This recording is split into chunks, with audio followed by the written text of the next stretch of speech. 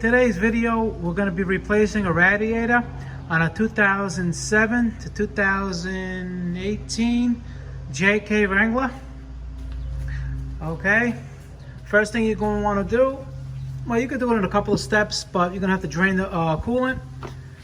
But anyway, first thing is you're going to have, right over here, you're going to have little plastic fasteners. Okay, I'll show you what that is. That's these. They go here. You take them out with some kind of a claw like that. You pop them out. There's 4 of them. And then this comes right off. Back it out. This comes right off. Okay. Then what we're going to do is we're going to take the bottle off. I'll show you how to do that. Okay, to get the overflow tank out, you just push it up. It's in a little slot. It sits down like that. And you just push it right up. It comes out. You release it here, there, and over here. You just take the hose off and take the bottle out of the way. And then we're going to take there's a 10mm bolt right here for the radiator. It's right here. And on the other side,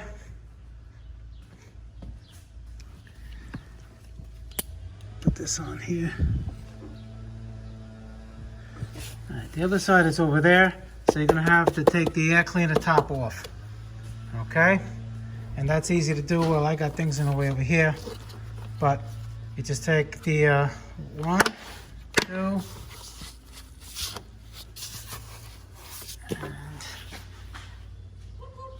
that's just the 2 over there. Take this line off and disconnect it from here. Okay, you see it has these little notches here, one there and one on the bottom. I didn't drain the coolant yet because it's easy to get to the spout with the fan taken off. And then over here, you can see it slides in. It slides in there, and one on the bottom. And you can, just move it out a little bit, and then move it out of the way. You don't have to take the hose off yet. There's still coolant in here, like I said. I want to take the fan off, disconnect the electrical, and then you can get to that spout, and then you can take the hoses off. All right. So right now I'm going to take the air cleaner off, so I can get to the bolt down there. I'll show it to you. Okay, it's like one clip here, one there, and one there.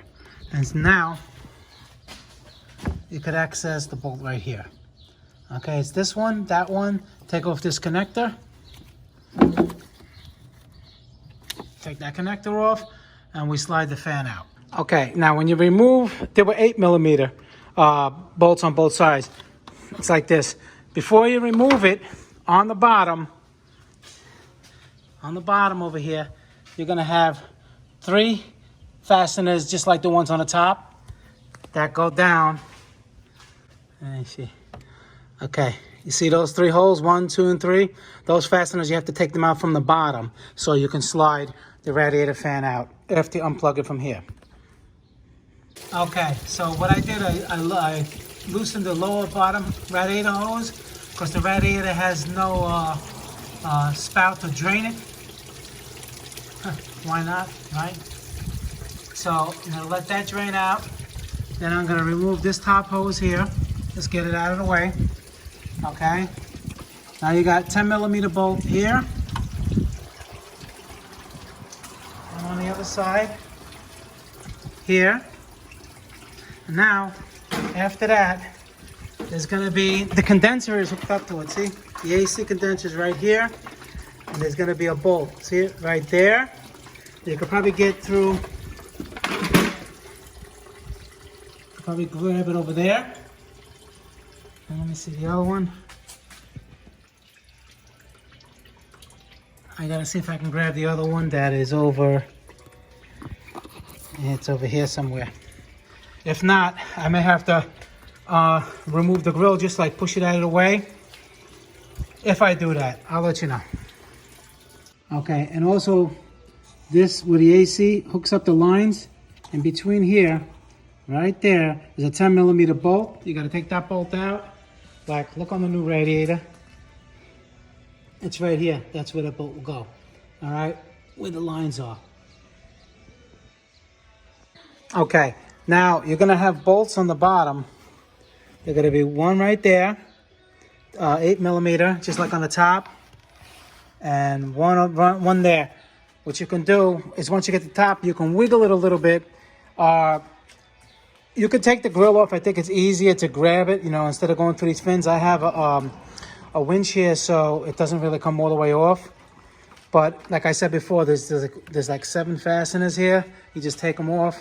And then on the bottom, you see this? They just pop out. See that? They have like a little spring clip. You just pop it. You take the grill off, and then it's just a little bit easier. I did it with a wrench. Okay, so it just releases the condenser. Now we're gonna just pull it out and see if anything else is hooked up to it. Okay, now this is it with it out. Now you gotta be careful over here. Shine it over there. You see right here? There's a little push pin that's hooked up to this plastic cover that wraps around everything. You have to push these out in order to get the radiator out. Same thing on this side. You see it here? So this is just hanging like this. See? And the radiator just goes in there. What you're gonna have to do is you're gonna have to take off the air cleaner. Mine had a snorkel on it. I didn't want to take it out, but it won't come out. It's gonna hit it.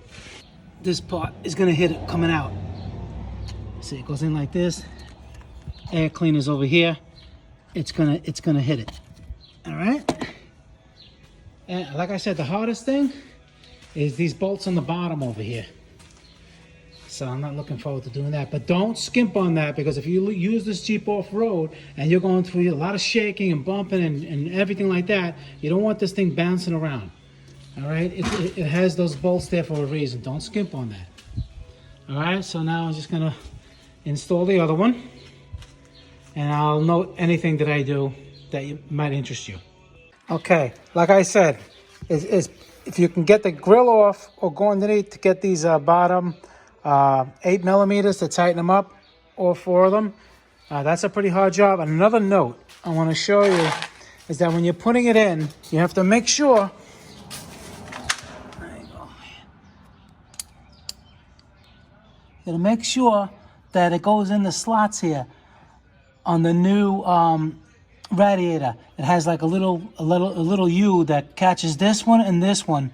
Make sure that this is pressed in, clipped in, unless you're not going to line up. You're not going to line up the condenser with the radiator. I'll show you. This is what we're looking at. This is like the front of the cars there. You see these little tabs? The lines have to lock in there. Mine were off to the side a little bit, and I couldn't line up. I'm like, what in the world's going on? You know, you couldn't get these to line up. Realizing that the lines have to be pushed in. Okay, that's just a note you may come across. Okay, and then I'm just gonna reverse the procedure. There shouldn't be any more snags. I'll let you know. Okay, pretty much everything else was straightforward reversal. Want to make sure all your clamps are tight. Fill it up. Let it idle. You may have to add a little bit of coolant when it cools down.